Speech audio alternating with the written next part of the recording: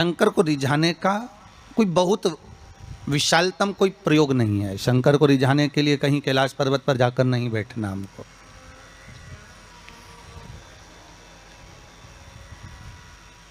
शिव को रिझाने के लिए कहीं हमें किसी घाट पर जाकर नहीं बैठना है।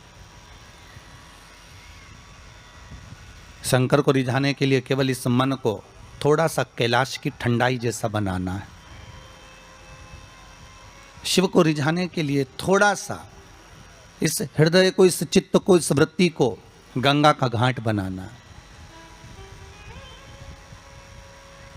कि ज्ञान की धारा जब बहती बहती जाए उसी तरह हमारे भीतर भी भक्ति की धारा निरंतर बहती हुई जाए।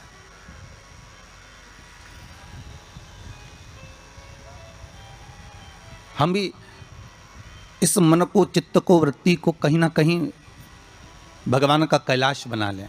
हमें कैलाश जाने की जरूरत नहीं है। जब ये दिल, जब ये मन, जब ये वृत्ति, जब ये चित्त स्वयं कैलाश बन जाएगा, स्वयं गंगा का घाट बन जाएगा, तो शंकर जी के दरवाजे पर हमें नहीं जाना। मेरा भोलेनाथ खुद ही आपके हृदय में आकर बैठ जाएगा। फिर हमें जाने की जरूरत नहीं पड़ेगी। अपने हृदय को हम स्वयं कैलाश बना ले। हमारे हृदय को 7 दिन अगर ये बगल परिवार में कथा चल रही है, 7 दिन अगर ये गंगा के घाट पर कथा चल रही है, 7 दिन अगर इस पंडितारा में कथा चल रही है, 7 दिन ये प्रतापगढ़ के नज़दीक में जो शिव महापुराण का पावन चरित्र रानीगंज क्षेत्र में चल रहा है, तो इसका एक सुख आपके जीवन में होना चाहिए कि आप ये नूतन वर्ष में, ये नए वर्ष में जो एक आनंद की अनुभूति करने के लिए, इस संसार सागर से उबरने के लिए हम भगवान की कथा को अपने हृदय में, अपनी चित्तवृत्ति में, अपने मन में उतार लें।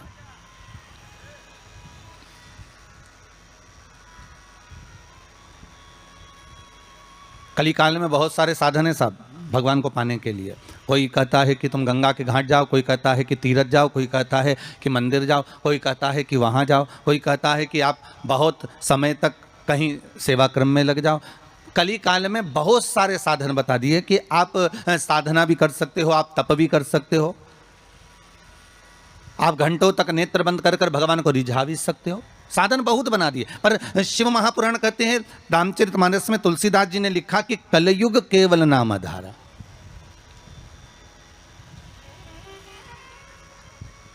तुलसीदास जी लिखते हैं कि कलयुग में केवल एक नाम की आधारशिला रख लीजिए। आप दूसरी आधारशिला में अगर डूब रहे हो, आप दूसरे भाव में डूब रहे हो कि भगवान मिलेगा, तो तुलसीदास जी कहते हैं केवल एक ही आधार बहुत भारी है कि कलयुग केवल नाम आधारा और सुमर सुमर नर उतरहि पारा। कलिकाल में एक नाम की आधारशिला हो और वो नाम परमात्मा का हो। जगत का नाम नहीं चाहिए हमें, संसार के नाम से हम नहीं तरने वाले हो। एक भगवान का नाम, एक राम नाम, एक कृष्ण नाम, एक शिव नाम, एक जगत जननी जगदम्बा का नाम, एक आद्य शक्ति का नाम अपने भीतर में हो।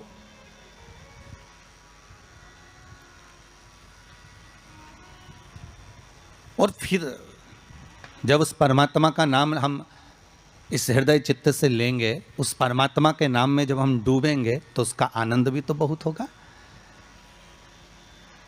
उसका एक लक्ष्य तत्व भी तो बहुत होगा।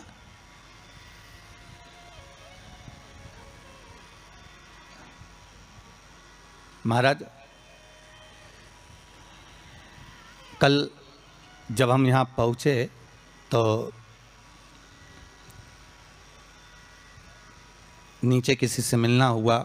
जब ऊपर ठहरे उसके बाद नीचे हम जब आए जाने के लिए कहीं, तो हमने पूछा कथा हो रही है आपके यहाँ?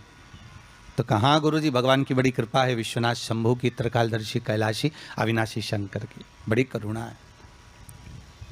किस लिए श्रवण करना चाहते हो? कथा क्यों सुनना चाहते हो? क्या कारण है कथा सुनने का? तो कि गुरुजी कथा सुनेंगे तो स्वर्ग मिलेगा।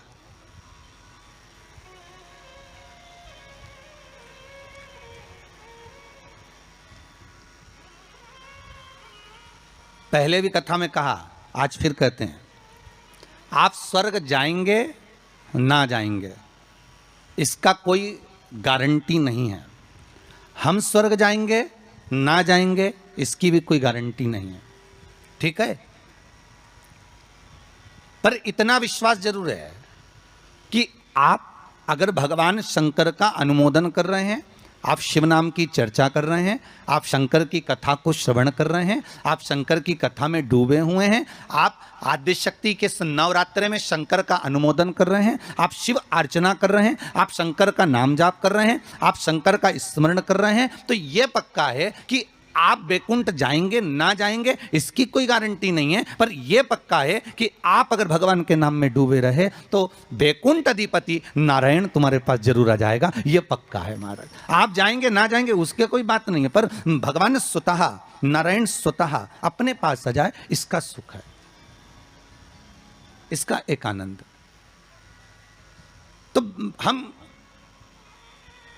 दान कर रहे हैं, पुण्य कर रहे हैं, या हम कोई सत्कर्म कर रहे हैं, या हम कुछ भगवान के निमित्त हम ये सोच कर दे रहे हैं कि हम दान करेंगे तो ऐसा होगा, हमें स्वर्ग मिल जाएगा। नहीं नहीं, हमें स्वर्ग जाने की चाहत तो छोड़ देना चाहिए। कहा करऊं मैं बैकुंठ के जाए,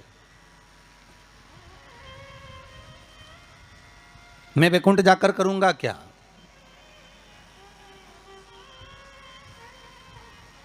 बैकुंठ की चाह इस मन को नहीं होना चाहिए। मन को तो यह चाह होना चाहिए कि मैं भगवान का इतना भजन कर लूं कि बैकुंठ का नाथ, बैकुंठ अधिपति स्वयं नारायण, कैलाश पर रहने वाले मेरे शंकर,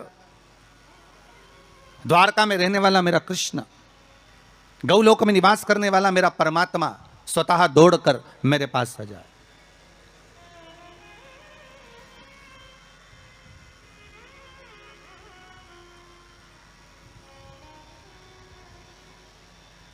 और उस परमात्मा को पाने के लिए महाराज केवल एक नाम का था। तो बैकुंठ आप जाएं या हम जाएं इसका कोई पक्का भरोसा या विश्वास नहीं, कोई ने लिख के भी नहीं दिया तुमको, और जो गए उनसे पूछ भी नहीं सकते कि तुम बैकुंठ में हो कि और कहीं हो।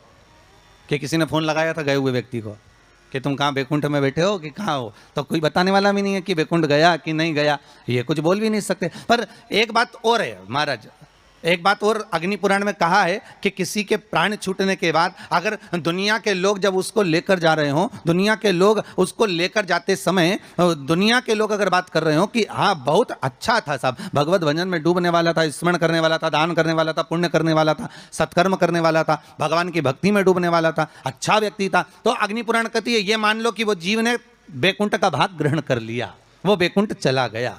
और अगर किसी के जाने के बाद लोग करें अरे हौरे भैया अच्छा हुआ मर गया, बहुत प्राण खाता था, बहुत तकलीफ देता था, बहुत कष्ट देता था, बहुत परेशान करता था, बहुत दुख देता था, तो समझो कि हाँ भैया वो फिर नरक ही गया होगा, क्योंकि वो दुनिया को भी कष्ट देता है, वो दुनिया को भी कष्ट प्रदान कर रहा होता है।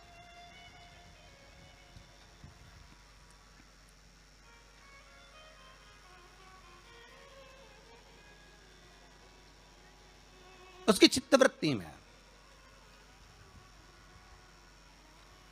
उसके मन में ये आ जाता है कि मैं कहीं ना कहीं किसी ना किसी रूप में बैकुंठ जाना चाहता हूं। तो शिव महापुराण की कथा कर रही है बैकुंठ का भाग तुम्हारे भाव में नहीं आना चाहिए कि हम बैकुंठ जाएंगे और हम बैकुंठ जाने का प्रयास करेंगे। नहीं नहीं, हमें बैकुंठ नहीं जाना, हमें बैकुंठ अधिपति नारायण को यहां बुलवाना है, हमें भगवान विष्णु को अपने हृदय में, अपनी चित्तवृत्ति में, अपने मन में आमंत्रित करना है।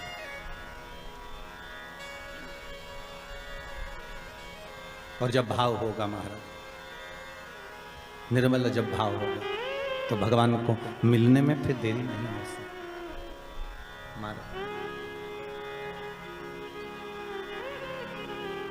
कहते हैं प्रेम से प्रभु छिलके भी खा गए, कहते हैं प्रेम से प्रभु छिलके भी खा गए, शबरी के झूठे बेर भी खाते रहा करो, दर्शन के नैन बांवरे दर्शन दिया कर। भाव कह रहा है, भगवान का चरित्र कह रहा है कि आपका हृदय जितना निर्मल होगा, आप निर्मल भाव से जितना भगवान की भक्ति को धारण करोगे, निर्मल भाव से आप जितना भगवान का भजन करोगे, निर्मल भाव से आप जितना भगवान को रिझाने का प्रयास करोगे, भगवान उतनी जल्दी प्राप्त हो जाए।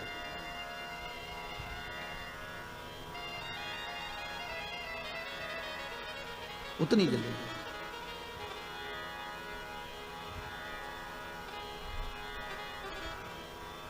भाव कह रहा है महाराज कि ये जो भगवान ने जिह्वा हमको दी है, ये केवल इस कली काल से उबरने का एक साधन दिया। इस कली काल से उबरने का एक साधन, कली काल से निकलने का एक साध्य बनाया है कि केवल कि राम कहो मुख में जीवा है कि नहीं। महाराज ये केवल राम कहने के लिए, शिव कहने के लिए, भगवत स्मरण के लिए, भगवत नाम के लिए ये जिह्वा हमें प्रदान करेगी। केवल नाम स्मरण के लिए ये जिह्वा हमें दी गई है। और कलिकाल का साधन, कलिकाल का एक आनंद, कलियुग का एक भाव, भगवत स्मरण का एक नाम है। शिव महापुराण की कथा कह रही है कि बैकुंठ जाने का भाव नाम है। भाव ये होना चाहिए कि बैकुंठ अधिपति हमारे पास है। तो 7 दिन की शिव महापुराण में अगर गंगा के घाट पर आप सुन रहे हैं इस पावन कथा का रसस्वादन बघेल परिवार द्वारा आप कर रहे हैं, तो आपके भीतर ये भाव प्रकट हो कि हमें भगवान मिले। और निवेदन एक जरूर करूंगा कि ये जो कथा हो रही है, इस कथा का आनंद आप जो आस्था टीवी चैनल के माध्यम से ले रहे हैं, आप सबसे निवेदन है इस कथा को आप उस भाव से सुनना कि मेरी गली में, मेरे मोहल्ले में, मेरे क्षेत्र में, मेरे परिवार में, मेरे उस संपूर्ण ब्रह्मांड में इस कथा को जैसे इस पूर्ण तरह से मैं श्रवण कर लूं तो ये कोरोना महामारी समाप्त हो जाए, ऐसी शंकर कृपा कर दे। बाबा से ऐसी विनती कर कर श्रवण कर। अभी तक कथा आपने जो सुनी ना वो आपके लिए सुनी है, पर मेरा निवेदन हृदय से है, दिल से है। अभी तक जितनी कथा आपने सुनी ना टीवी चैनल के माध्यम से, या आपने कुबेरेश्वर धाम पर आकर सुनी हो, या रुद्राक्ष महोत्सव में सुनी हो, या यूट्यूब फेसबुक पर सुनी हो, वो आपने अपने लिए सुनी। पर ये कथा जो ये गंगा के घाट से चल रही है, ये जो कथा है, इस कथा को आप इस भाव से सुनना कि अब ये कोरोना महामारी समाप्त हो जाए और विश्व का कल्याण हो जाए, जगत का एक आनंद हो जाए और सबके हृदय से ये कोरोना महामारी का जो भय है वो समाप्त हो जाए। कथा अब उसके लिए सुनिए।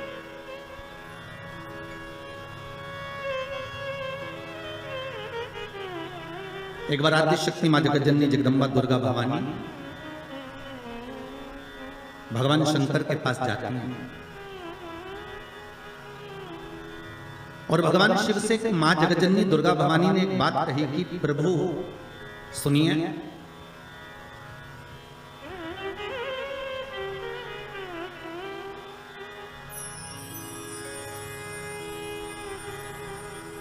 मैं जहां जहां पर हूं,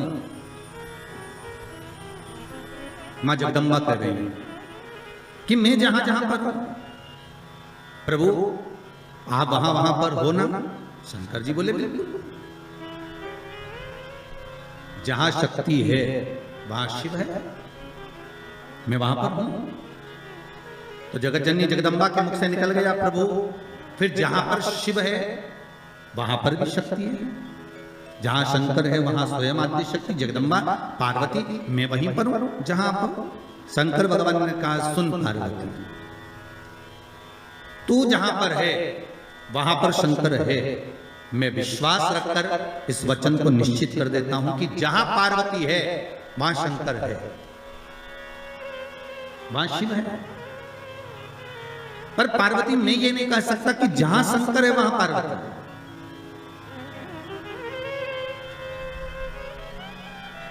जहां पार्वती है वहां शिव है, ये पक्का है। जहां पार्वती है वहां शंकर है, ये निश्चित है, ये पक्का है। पर जहां शंकर सुता है, जहां शिव है, वहां पार्वती हो, ये पक्का है। इसको मैं निश्चित नहीं कर सकता, इसको मैं पक्का नहीं कर सकता। पार्वती जी की आंखों से अश्रु बहने लगा। माता पार्वती के नयन अश्रु बह रहा है, और माता पार्वती के जब नयन अश्रु बह रहे हैं तो भगवान शिव ने पूछा क्या बात है पार्वती, हुआ क्या, आपकी आंखों में आंसू कैसे आ गए?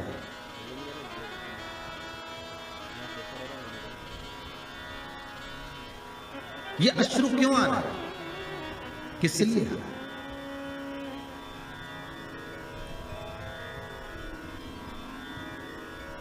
आज हमारे यजमान कह रहे थे कि गुरुजी जरा हमारी धर्म पत्नी को समझाना, थोड़ा सा क्रोध कम करो। तो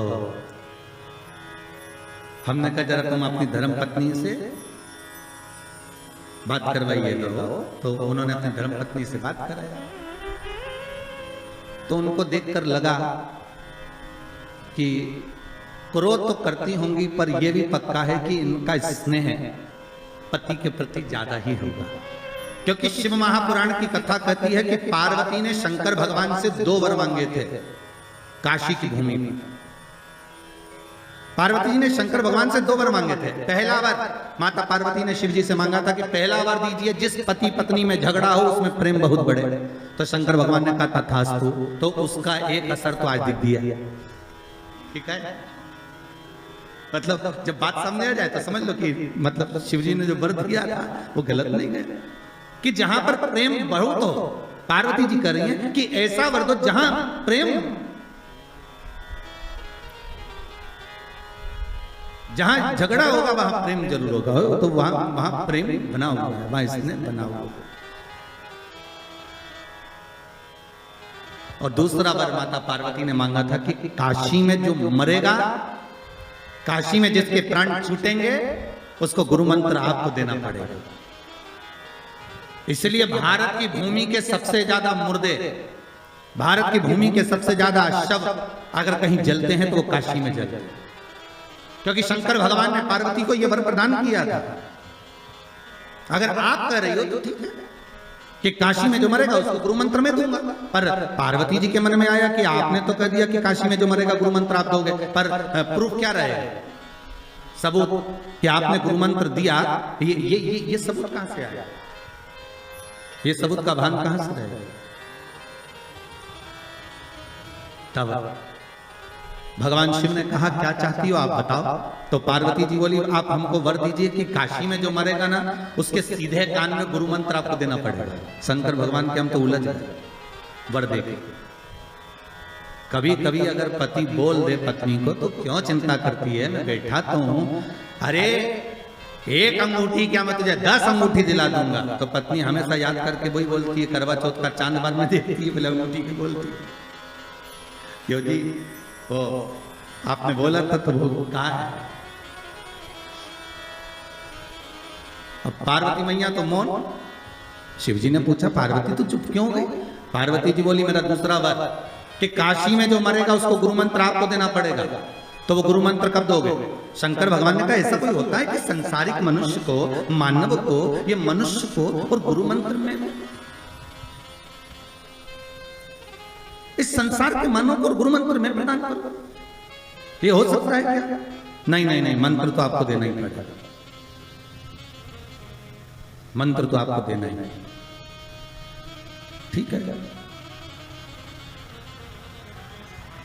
पर पार्वती संसार के लोगों को अगर मैं गुरु मंत्र दूंगा तो उसमें श्रेष्ठता रहेगी क्या? पार्वती जी बोली क्यों नहीं रहेगी, आप तो मंत्र दीजिए बस। भगवान शिव ने वचन दे दिया ठीक है तू बता, मैं गुरु मंत्र देने को तैयार हूं, मैं गुरु मंत्र दे देता हूं। क्या करना है? पार्वती जी ने कहा आप एक काम करना, मरने वाले के सीधे कान में गुरु मंत्र दे देना, और सीधे कान में गुरु मंत्र देकर और उस कान को बस मोड़ देना। आप मंत्र देना और कान को मोड़ देना, मैं समझ जाऊंगी कि आपने मंत्र दे दिया। शिव जी ने कहा वचन दे दिया, ठीक है। तो इसलिए आज भी नियम है महाराज, दुनिया के लोगों का आज भी भाव ये वर्णन करता है कि काशी में मरने वाले का सीधा कान अपने आप टेढ़ा हो जाता है। आज भी लोग भाव में कह देते हैं कि काशी अभिमुक्त नगरी, काशी मोक्ष नगरी है।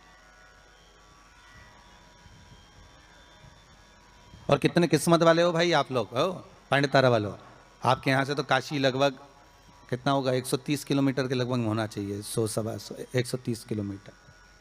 कितने भाग्यशाली हो, शास्त्र कहता है काशी काशी काशी काशी 5 बार बोल ले जीव तो ही गंगा मैया का दर्शन हो जाता है? अविमुक्तता प्राप्त हो जाती है। सहज थोड़ी ना है काशी। तो पार्वती जी की आंख में आज अश्रु देखे। जब पार्वती जी की आंख में अश्रु देखे तो शिव जी ने पूछा बात क्या है, तुम बोलो आज पार्वती क्या हो क्या गया। पार्वती जी बोली बस बात इतनी सी है कि आप बोल रहे हो मैंने कहा कि जहां मैं हूं वहां शंकर है, तो बिल्कुल पक्का, पर आप कह रहे हो जहां शंकर है वहां पार्वती नहीं है।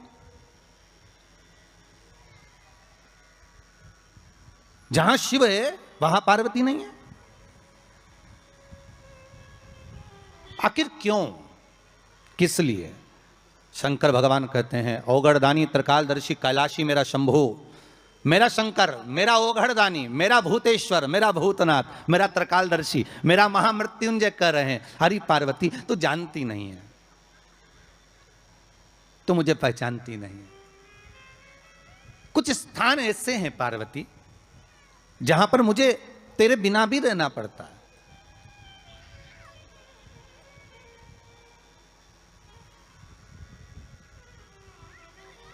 पार्वती जी ने हाथ जोड़कर निवेदन करा, प्रभु कोई एक स्थान ऐसा बता दो जहां शंकर हो और शंकर के साथ आद्य शक्ति पार्वती भी हो। जैसे आप कह रहे हो कि जहां पार्वती रहेगी वहां शिव रहेगा, पर जहां शिव है वहां पार्वती हो, तो कुछ एक स्थान ऐसा बताओ, वो स्थान हमको दे दीजिए। शंकर भगवान ने कहा वो स्थान है कुंभ, कलश। कौन सा स्थान? जम के बोलिए। कलश। कलश देखा है आप लोगों ने? कुंभ कलश। उस कलश में हे पार्वती जहां शंकर है वहां तू भी विराजमान होगी, और केवल एक रूप में नहीं, सारी विद्याओं के रूप में तू उसमें संजू रहेगी। केवल एक कलश। आज नया संवत्सर है, नूतन वर्ष है। पूरे भारत की भूमि पर और मेरे भारत के जो मानव है जहां जहां निवास कर रहे हैं, विदेश में भी, पूरी भारत की भूमि पर आज के दिन लोग देवी जी की स्थापना करते हैं। तो क्या स्थापना में क्या रखते हैं? कलश रखते हैं ना। तो कलश किस लिए रखा जाता है? कलश का क्रम क्या है? अपन ने अभी तक कथाओं में बहुत सुना, शिव महापुराण में, कि दिए का महत्व क्या है। अपन ने सुना दही का महत्व क्या है, जल का महत्व क्या है। पूरी शिव महापुराण में अपने अलग अलग महत्व को जाना है। पर यह नवरात्रे में जो शिव महापुराण की कथा शुरू हो रही है, नवरात्रे में जो शिव महापुराण की कथा को हम श्रवण करने के लिए बैठे हैं, इसमें हमारा एक संशय और मिटना चाहिए कि भारत की भूमि पर जब मां आद्य शक्ति की स्थापना होती है, मां जगतजननी को जब विराजमान किया जाता है, या चैत्र नवरात्रे में, शरदीय नवरात्रे में, आषाढ़ी नवरात्रे में,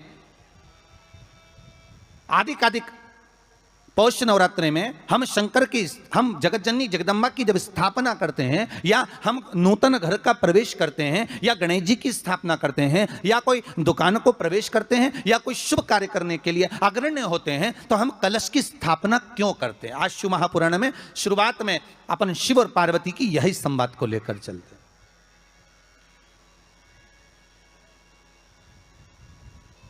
आखिर कलश में ऐसा क्या है?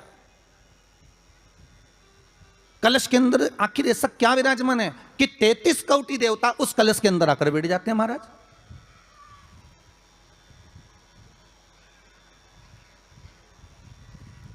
आप कोई यज्ञ करने जा रहे हो, आप कोई पोथी पुराण करने जा रहे हो, आप कोई अच्छा कार्य करने जा रहे हो, तो ब्राह्मण देवता कह देते कलश की स्थापना होगी, कलश की शोभा यात्रा निकलेगी, कलश यात्रा निकलेगी, कलश विराजमान होगा। और आज हर की पौड़ी पर, प्रयागराज में, या उज्जैनी में, नासिक में जो बड़े बड़े कुंभ के मेले होते, कुंभ का मतलब भी तो कलश से होता है। उसकी महत्वता क्यों है?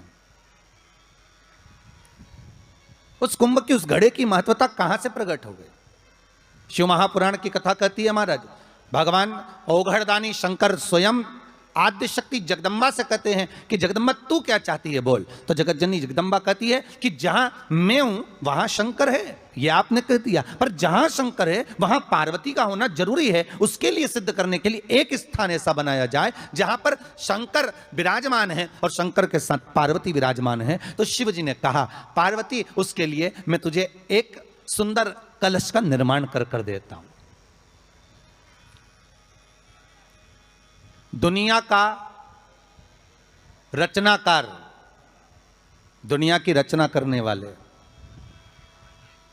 महाराज, संपूर्ण ब्रह्मांड की रचना करने वाले, जिनको भगवान शिव ने स्वयं ब्रह्मदेव से कहा है कि ब्रह्मा जी तुम सृष्टि खंड को आगे बढ़ाइए, सृष्टि की रचना करिए। और आज ही के दिन, यही चैत्रीय प्रतिपदा के दिन,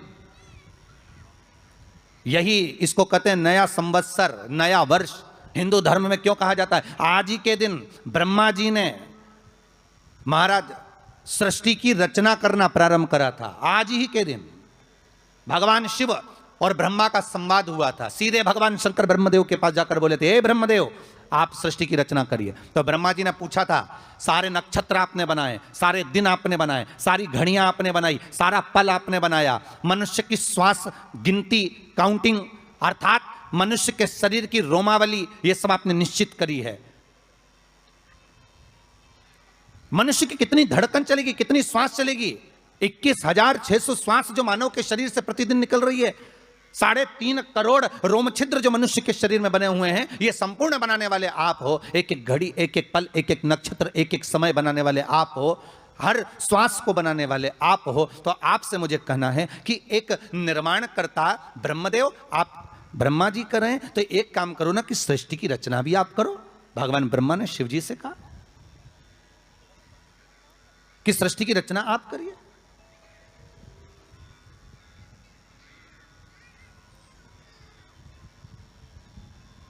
महाराज भगवान ओघड़दानी त्रिकालदर्शी शंभु कहते हैं, मेरा कैलाशी मेरा शिव कहता है, नहीं नहीं नहीं नहीं, ब्रह्मदेव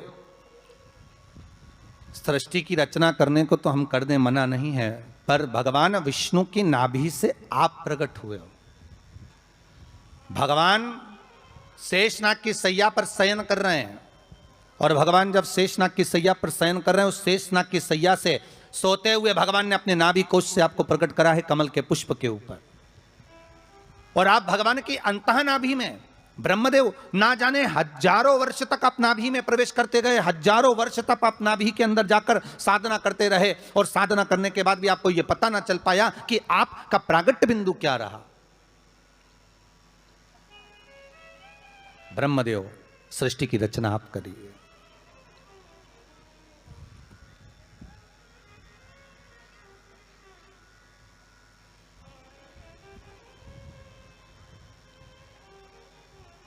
ब्रह्मा जी कह रहे हैं, नाथ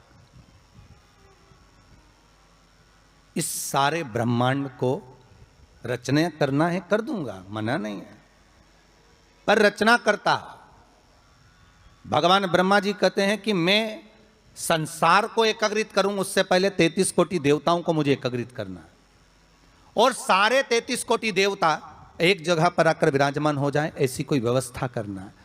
शंकर भगवान ने कहा, बनाओ ब्रह्मदेव, तुम निर्माण करो। ब्रह्मा, शास्त्र कहता है कि भगवान शिव स्वतः, शंकर तो शंकर है, भगवान शंकर ने एक मट्टी का सुंदर सा भाग ढेला एकत्रित करा, उस ढेले से भगवान ने एक सुंदर कुंभ का निर्माण करा, एक सुंदर कलश का निर्माण करा।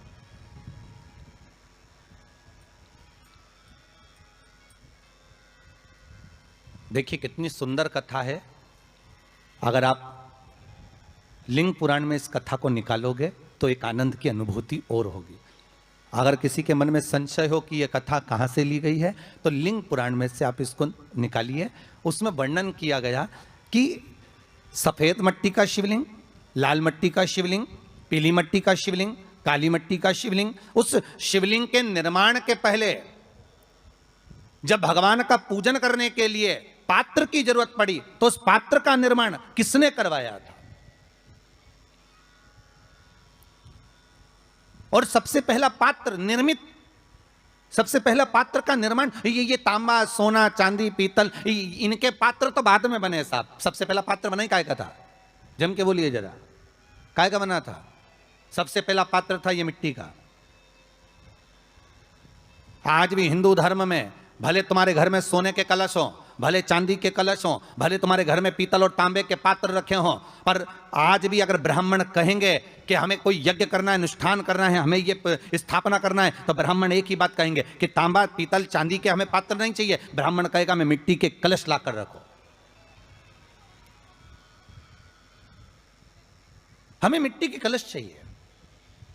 और कितना बड़ा प्रमाण है जी, शास्त्र का प्रमाण देखिए कितना बड़ा है। आप किसी दूसरे घर में जा रहे हो, आप अपना घर छोड़कर और दूसरे मकान में जा रहे हो, और आपको लगा कि मैं इस घर में अब 15-20 दिन नहीं आऊंगा, 1 महीना नहीं आऊंगा, तो शिव महापुराण की कथा कितना सुंदर कहती है कि अगर आप जा रहे हो और आपको ऐसा भय लगता है कि इस मकान में कोई दूसरी प्रवेश ना करे, कोई दूसरा जीव ना आ जाए, इस मकान में कोई अंतरात्मा ना आए, इस मकान पर कोई टोना ना करे, इस मकान में कोई टोटका ना करे, इस मकान में कोई जादू ना करे, तो उसके लिए शिव महापुराण की लिंग पुराण वर्णन करती है कि मात्र एक मट्टी का कलश, उस मट्टी के कलश में एक महाराज थोड़ा सा धान भरकर, उसमें एक सिक्का, 1 रुपया उसके अंदर डालकर और एक बेलपत्र उसके अंदर डालकर, उसको उसके एक दिए से या प्लेट से या नरियल से उसको रखकर एक स्थान में ईशान के अंतर्गत उसको रखकर चले जाइए। उस मकान में ना तो कोई भीतर प्रवेश कर सकता है, उस मकान में ना कोई टोना कर सकता है, उस मकान में ना कोई टोटका कर सकता है, उस मकान में ना किसी की नजर लगती है।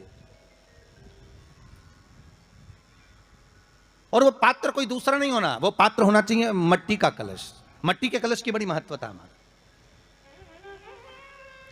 अब तो थोड़ा सा महाराज हो गया कि लोग हम मट्टी का कलश अगर तुम दोगे भी तो ब्राह्मण क्या काम में लेगा, तो ब्राह्मण जन कह देते हैं थोड़ा तांबे के 4 कलश लेकर आइए हो, तुम जरा स्टील के 5 कलश लेकर आइए, आप तुम तांबे के या ये बर्तन लेकर आइए। पहले इसका प्रमाण नहीं था, पहले प्रमाण था केवल मट्टी का कलश। स्थापना जो थी वो मट्टी का कलश, विराजमानता थी मट्टी का कलश, जिसका निर्माण स्वयं भगवान शिव शंकर, भगवान शंभु, भगवान त्रिकालदर्शी कैलाशी स्वयं लिंग पुराण के अंतर्गत शास्त्र वर्णन करता है कि जिसमें सुंदर शिवलिंग की स्थापना करी गई, शिवलिंग का निर्माण करने के लिए भगवान ने। और स्कंद पुराण में भी आता है, यही बात शिव महापुराण में भी आती है। और आपको पहले भी कथा में कहा कि ब्राह्मण सफेद मट्टी का शिवलिंग बना, पहले भी कथा में कहा, आज फिर कह रहा है। क्षत्रिय लाल मट्टी का शिवलिंग बनाए, वैश्य पीली मट्टी का शिवलिंग बनाए, शूद्र काली मिट्टी का शिवलिंग का निर्माण कर।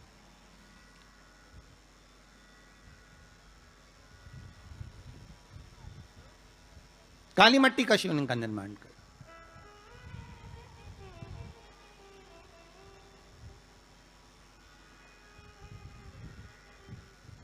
एक बहुत अच्छी बात कहें, अगर आप लोगों को अच्छा लगे तो अपनी जिंदगी में उतारना, ना अच्छा लगे तो उसको छोड़ देना, ठीक है। जितने लोग भी कथा सुन रहे हो बहुत ध्यान देना, ये जो पानी पीने का जो मटका होता है ना, जिसको हमारे यहाँ कलश कहा जाता है, हंडा कहा जाता है, जिसको हमारे यहाँ परिंडा कहा जाता है, मटका कहा जाता है, तो पहले जो मटका चलता था वो लाल कलर का चलता था, ठीक है। उस पर कलाकृति करते थे लोग, उस पर डिजाइन करते थे। आप क्या भी होगा, जितने लोग कथा सुन रहे हो ना, आप क्या भी मटका होगा लाल कलर का चलता था। अभी अभी जो मटका चल रहा है ना उसका कलर चेंज कर दिया गया। कौन सा कलर का हो गया, वो काले कलर का बेचने लगे। तो वो बेचने वाला क्या कहता है कि साहब ये सफेद, ये लाल जो मटका है ना, इस मटके से मजबूत अगर कोई मटका है तो वो काला है। बोलो सही है कि गलत है? अरे बोलो तो सही है ना। आप कभी जाओगे बाजार तो कह देगा, कुमार भी कह देगा, ये जो मटका है ना लाल वाला, इस लाल वाले मटके से मजबूत ये काला वाला मटका है, ये काला मटका है। और महाराज इससे पानी ज्यादा ठंडा ये कर देगा। पर शिव महापुराण की कथा, लिंग पुराण की कथा कहती है, और अगर आपने बैसाख मास की कथा को श्रवण कराओ, बैसाख की एक कथा होती है, उसको अगर आपने श्रवण कराओ तो उसमें वर्णन आता है कि घर के अंदर जहां पर आप पानी पीते हो, जिस स्थान पर अन्नपूर्णा निवास करती है, जिस स्थान पर अन्नपूर्णा का वासा होता है, रसोई घर में जहां पर भोजन बनता है, उस स्थान पर काला मटका नहीं रखा जाता।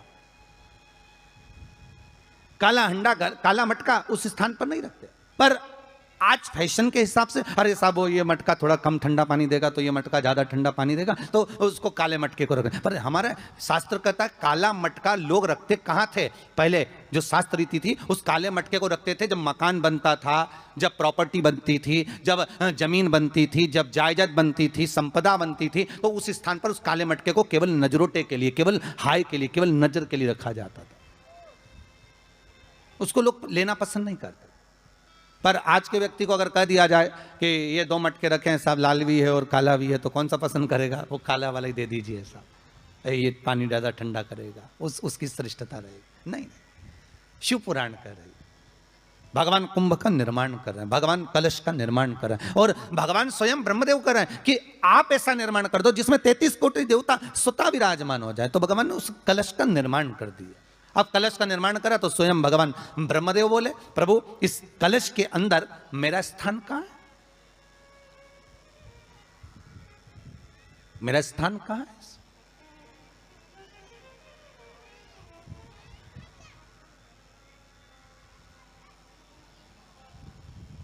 बहुत ध्यान देना महाराज, कलश का जो मुख होता है उस मुख पर भगवान विष्णु का स्थान होता है। किसका स्थान है? भगवान विष्णु का। थोड़ा सा नीचे आओगे, जहां से कलश का मुख दबा हुआ होता है, वह जगह भगवान स्वयं शिव की होती है। किसकी जगह है? भगवान शंकर की। कलश का अग्रभाग, नीचे का भाग जहां से फैला हुआ होता है, वहां ब्रह्मा का आधिपत्य स्थापित होता है। फिर कलश का जो नीचे का भाग होता है वो भगवान शिव और शक्ति का स्थान होता है।